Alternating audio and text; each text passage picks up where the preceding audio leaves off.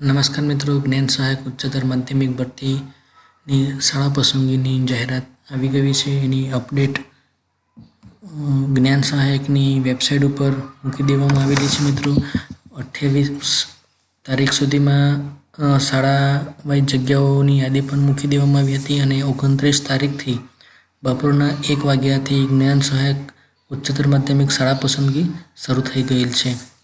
મિત્રો અત્યારે વેબસાઇટ ઉપર લોડ હોવાને કારણે વેબસાઇટ થોડી ધીમી ચાલી રહી છે, પરંતુ પ્રયત્ન કરતા રહેજો મિત્રો. કામગીરી ચાલુ છે અને શાળા પસંદગી થાય છે. તો મિત્રો ચાલો વધારે સમય ન લેતા આપ સર્વનું સંજુ મહેરા યુટ્યુબ ચેનલ ઉપર આપનું સ્વાગત છે અને આપણે સીધા જ પહોંચીએ કોઈપણ એક બ્રાઉઝર ઉપર. ચાલો શરૂ કરીએ આજનો વિડીયો. મિત્રો આપ કોઈ પણ બ્રાઉઝર વાપરતા હોય તો તે એકવાર ઓપન કરી લો અને તેની અંદર જ્ઞાન સહાયક લખીને સર્ચ કરાવો, જેથી પહેલાં જ તમને જે લિંક જોવા મળશે જે જ્ઞાનસહાયક.ss.gujarat.org એ લિંક ઉપર મિત્રો જે તમે અહીંયા જોઈ શકો છો આ એની ઓફિશિયલ વેબસાઇટ છે. એની પર તમે ક્લિક કરતાં તમે જ્ઞાન સહાયકની ઓફિશિયલ વેબસાઇટ ઉપર સીધા પહોંચી જશો. હવે મિત્રો જ્ઞાન સહાયકની ઓફિશિયલ વેબસાઇટ ઉપર આપણે આવી ગયા છીએ.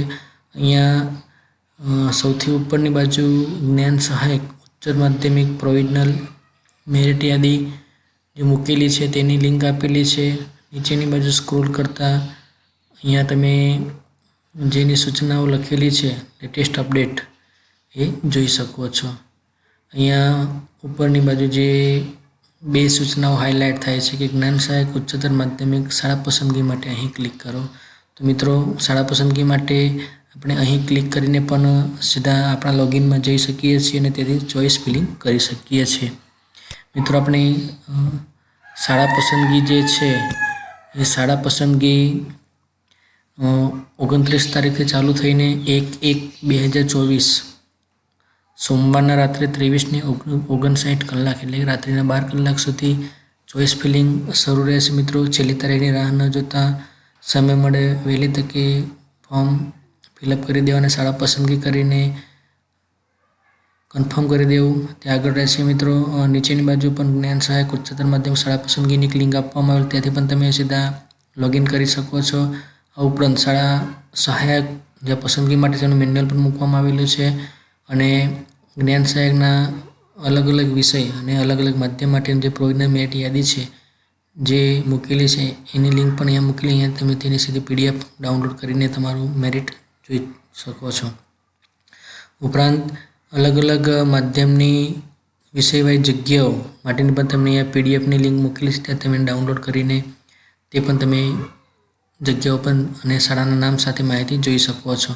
મિત્રો સૌથી નીચે કેન્ડિડેટ લોગિન છે. અહીંયા જ્ઞાન સહાયક ઉચ્ચતર માધ્યમિકની અરજી માટે અહીંથી લોગિન કરો એના ઉપર ક્લિક કરવાનું રહેશે. મિત્રો આ ઉપરાંત તમે જે અહીંયા જે આ લિંક છે અહીંયાથી પણ ક્લિક કરીને લોગિનમાં જઈ શકો છો. ઉપરાંત ત્રીજી લિંક અહીંયા ઉપરની બાજુ છે, કોઈ પણ એક લિંક ઉપર ક્લિક કરતાં તમે એની આપણા લોગિન પેજમાં જઈ શકો છો. તો ચાલો આપણે આગળ વધીએ. હવે મિત્રો અહીંયા તમે જોઈ શકો કે ઉચ્ચતર માધ્યમિક જ્ઞાન સહાયક કેન્ડિડેટ લોગિનનું પેજ આવી ગયું છે. અહીંયા તમારો સીટ નંબર, જન્મ તારીખ અને પાસવર્ડ નાખતા તમે તમારા લોગિન થઈ જશો અને ત્યાં તમને તમારી તમામ માહિતી જોઈ શકશો. તો ચાલો મિત્રો આપણે આપણો સીટ નંબર નાખી દઈએ છીએ.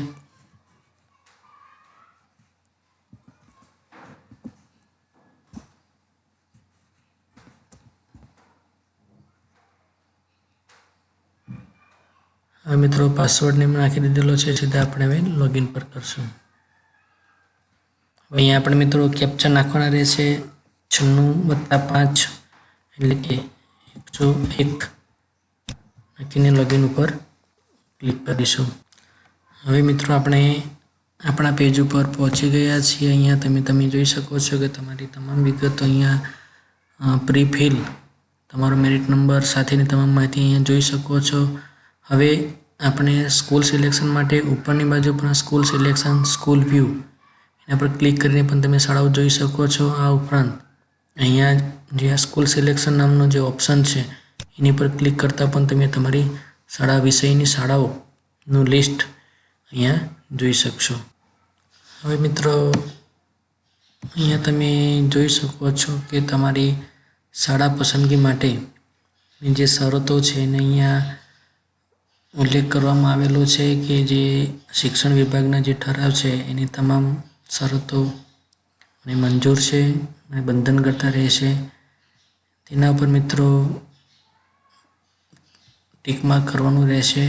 હવે અહીંયા તમે તમારી શાળાઓ, તમારા વિષયની લગતી શાળાઓનું લિસ્ટ જોઈ શકો છો. હવે અહીંયાથી તમારે જે શાળાઓ પસંદ કરવાની છે એ શાળા ઉપર તમે ક્લિક કરશો એટલે એ શાળાઓ ઓટોમેટિક અહીંયા સામેનું સિલેક્ટેડ સ્કૂલ લિસ્ટ જેની જે યાદી છે એમાં તમારી શાળાઓ ઉમેરાતી જશે. મિત્રો તમે જોઈ શકો છો કે આવી રીતે તમે તમારી શાળાઓ પસંદ કરી શકો છો. એકવાર શાળાઓ પસંદ કર્યા બાદ પછી તમારે એને પ્રાયોરિટી માટેનો જે ક્રમ, પસંદગી ક્રમ આપવાનો છે. માની લો કે ફિમેલ ઓનલીની જે જગ્યા છે એને મારે પ્રથમ ક્રમ પર લઈ જાવ તો તમે એના ઉપર ક્લિક કરીને એને ઉપરની બાજુ લઈ જશો તો તેનો પહેલો ક્રમ આવી જશે. હવે અહીંયા દેત્રોજની જે જગ્યા છે એને મારે બીજા નંબર પર પસંદગી આપવી છે તો એને હું આ રીતે ઉપર નીચે કરી શકું છું.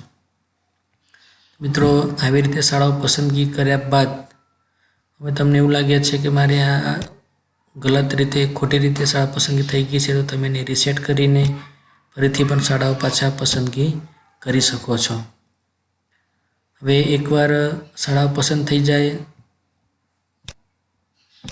ત્યારબાદ મિત્રો તમારે અહીંયા ટિક માર્ક કરવાનું રહેશે અને અહીંયા આપેલું જે સેવ બટન છે એ સેવ બટન ઉપર ક્લિક કરવાનું રહેશે. અહીંયા સેવ કરવા માત્રથી તમારું કામ પૂરું થતું નથી, પણ જેમ અહીંયા સૂચના લખેલી છે એવી રીતે જ્યાં સુધી તમે સેવ અને કન્ફર્મ નહીં કરો ત્યાં સુધી તમારી ફાઇનલ સિલેક્શન શાળાનું થશે નહીં. એટલે મિત્રો એકવાર તમે માહિતીને સેવ કરી દીધી છે, તમને ફરીથી એવું લાગે છે કે આમાં ફેરફાર કરવા જેવો છે તો તમે ફેરફાર કરી શકો છો. પરંતુ એક વખત ફાઇનલ સેવ એન્ડ કન્ફર્મ આપી દીધા બાદ તમે એમાં કોઈ પણ પ્રકારનો સુધારો કરી શકતા નથી. તો મિત્રો એટલું ધ્યાન રાખવાનું છે કે એકવાર શાળા આમાંથી પસંદ કરવાની છે એને તમારે પસંદગીના ચડતા ક્રમમાં ગોઠવવાનું છે.